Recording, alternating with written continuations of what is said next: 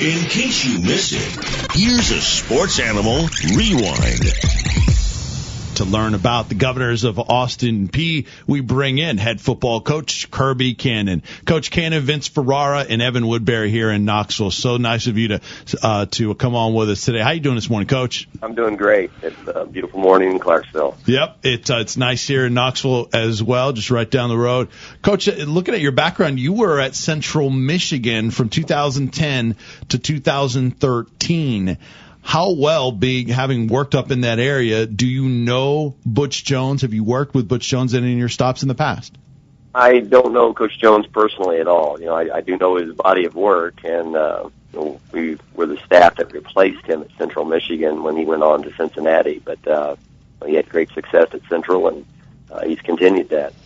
Was there anything that you took out of being in that spot after him? I don't know how much coaches can look at, what's left and how guys were coached. Is there anything you took from following him at Central Michigan, you and your staff?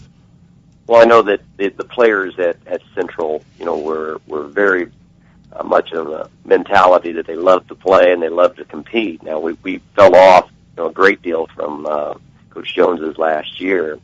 They had suffered some serious graduation losses there with Dan Lefevre, who I think is still the all-time total offense leader in college football. Antonio Brown, who's tearing up the NFL as a returner.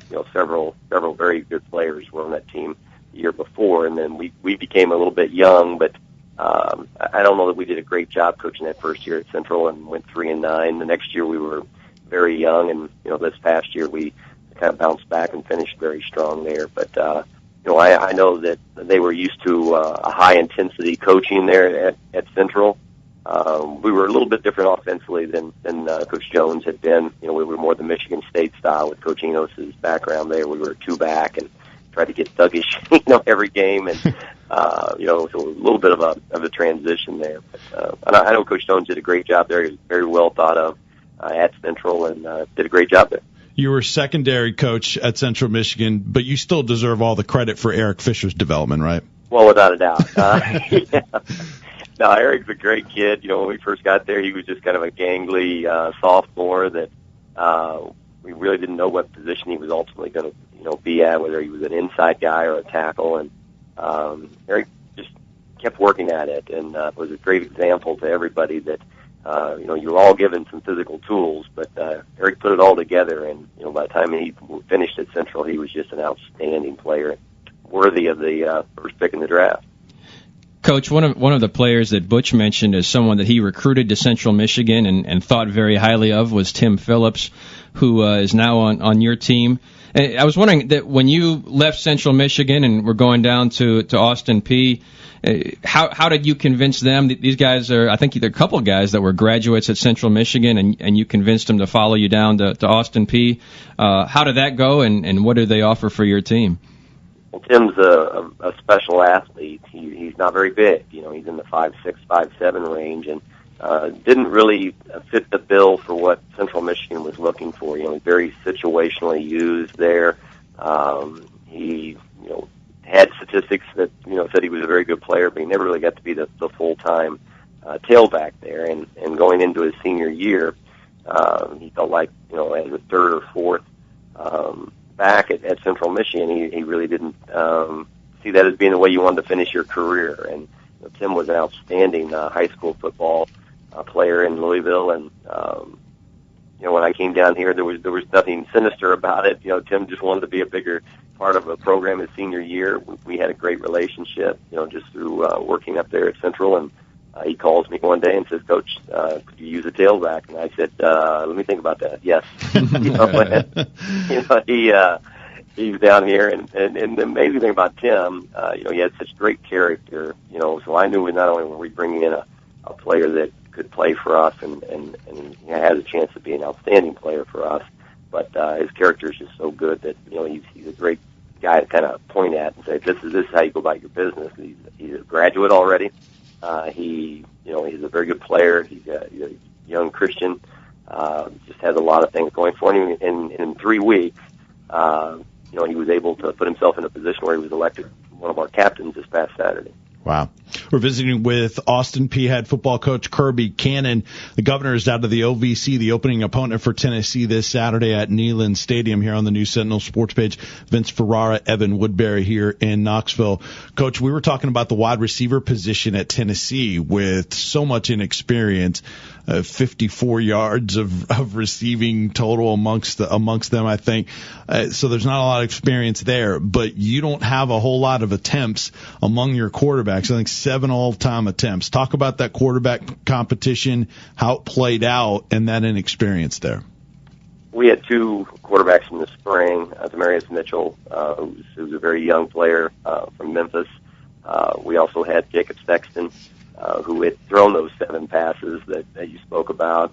And we just really didn't feel like either one at that point in time in the spring was going to give us what we wanted to become more than anything else. I'd like to become a throwing team. I think that's the secret to sometimes stepping up and beating people that you shouldn't. You're able to have just a few good plays and you end up being a scoring team versus, if you choose to run the ball, you have to dominate the front and you have to have a lot of good plays.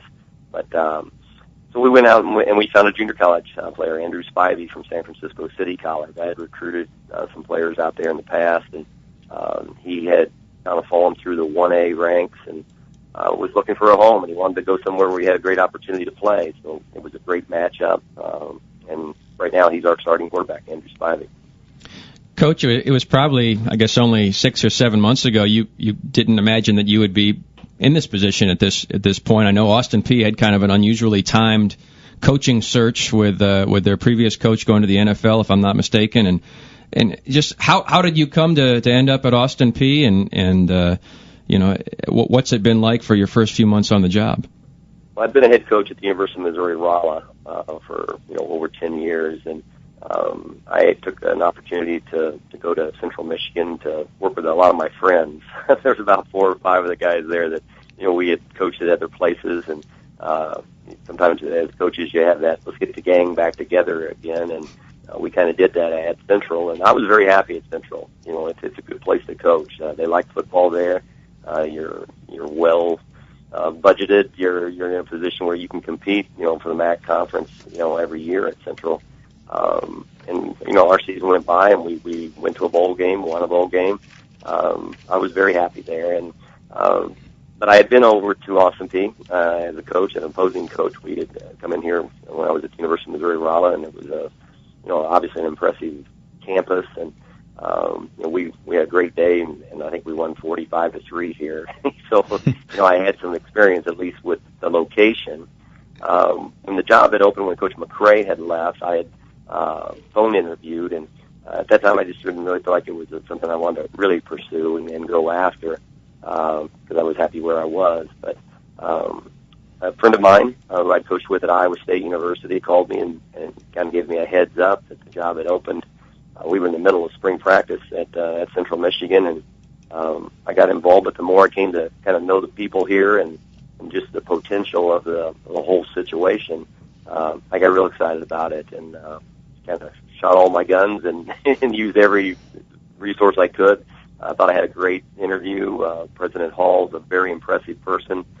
He has a great vision for football, what football can be at Austin Peay, and it was just a great matchup. And it was tough to leave Central because we had worked very hard there, and I think they're going to be an outstanding team in the next couple of years. And Danny Nost is one of my best friends, so just had to do what was right for me and my family, and I haven't looked back.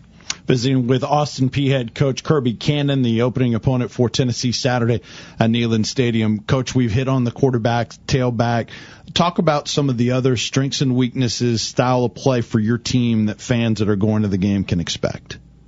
Well, we're going to be a work in progress on offense, but if we throw it 50 times Saturday, I wouldn't be surprised. I really think that if we're not to that point where that's really what we're good at least it's going to be what we're trying to be good at, and that's how I really think we can rebuild this. It was a similar formula at the University of Missouri-Rolla. We wanted to kind of become known for something, and we used to say we wanted to be the BYU of Division II, and now I'd like to be the BYU of Division FCS.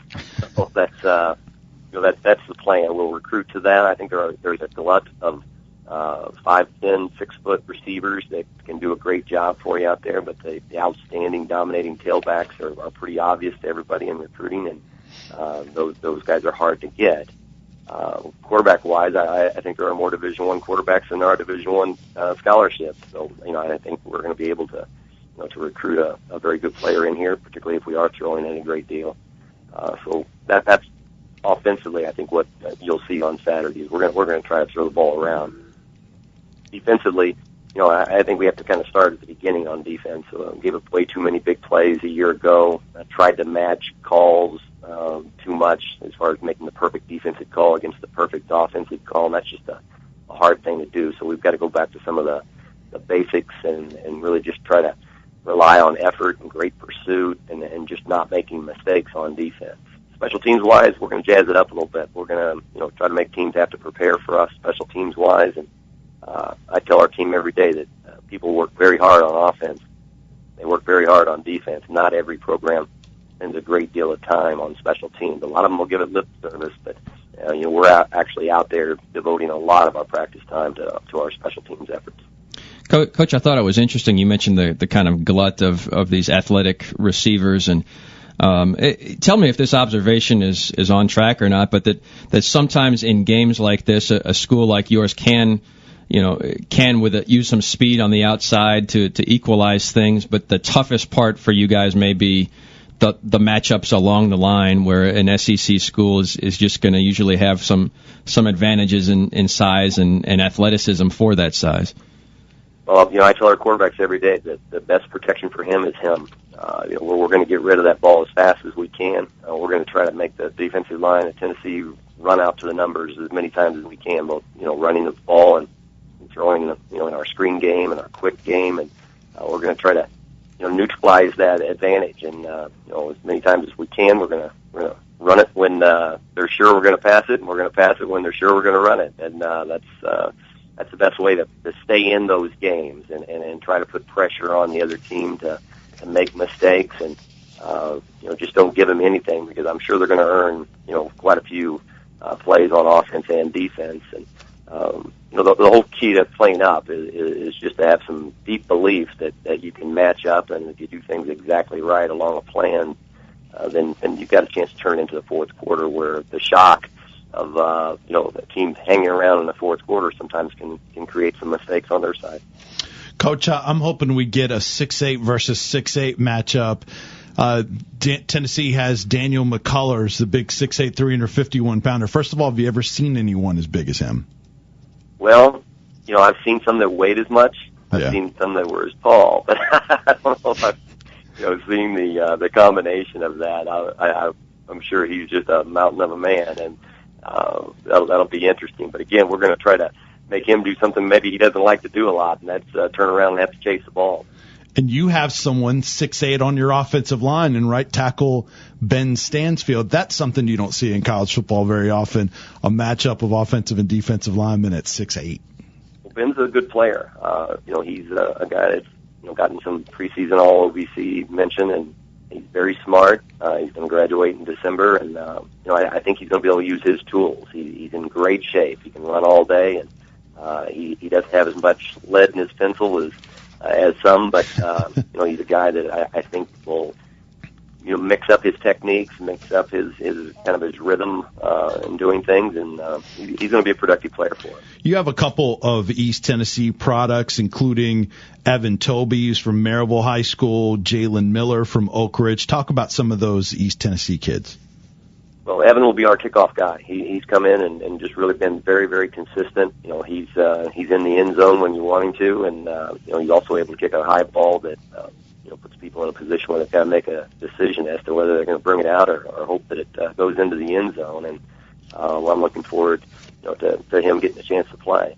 Jalen Miller came in, and he's kind of a gangly free safety, and there's some days where he may be our best free safety. He has tremendous ball skills, and again, just a little bit behind in the weight training situation. And as he builds himself up, he's got a chance to be a very good football player, and he's just got a great personality. Every day he shows up with a smile and works hard, and no matter how bad I get after him, he seems to like it. So I don't know if that's good or bad. And just a quick word on Dustin McFetrich as well from Powell High School here in Knoxville. Dustin's doing a good job. He's getting used to the idea that we're going to throw the ball. They had not used the tight ends here in the passing scheme to a great extent in the past, and we are. And I know they're excited about it, but there's more to it than just standing there and catching it. The tight end catches are generally very hotly contested. There's always somebody close to the tight end, and that makes you just have to have a better hand. You can't let it rattle around too much, or they'll get it out of there. And but Dustin's doing a good job, and I think as he gains some experience in catching balls in games, he's going to be fine. He's a former high school quarterback, and the position's a little bit new to him, but he's doing well. Last thing with you, Coach, we appreciate your time. Your school is going to play school record 3 FBS programs this year, opening with Tennessee, then at Vanderbilt, at Ohio, September 21st. When you've studied and prepared for Tennessee, what do you see with this opponent, your opening opponent on Saturday? Well, our first 3 weeks, we're much more into the whole season, just trying to put our foundations in.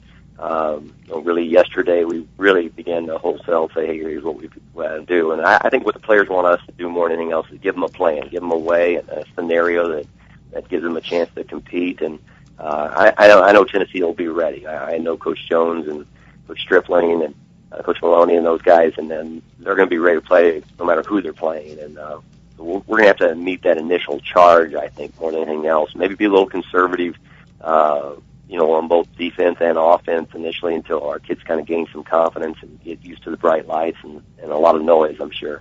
But they'll be ready. We'll be ready. We have to do a lot of things right to have a chance to compete in the game, and but that's what we're going to try to do. And we're excited about the game, and we'll be over there.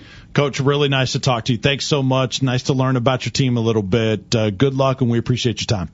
All right. Thanks a lot. Thanks, Coach. That is Kirby Cannon, head coach at Austin Peay.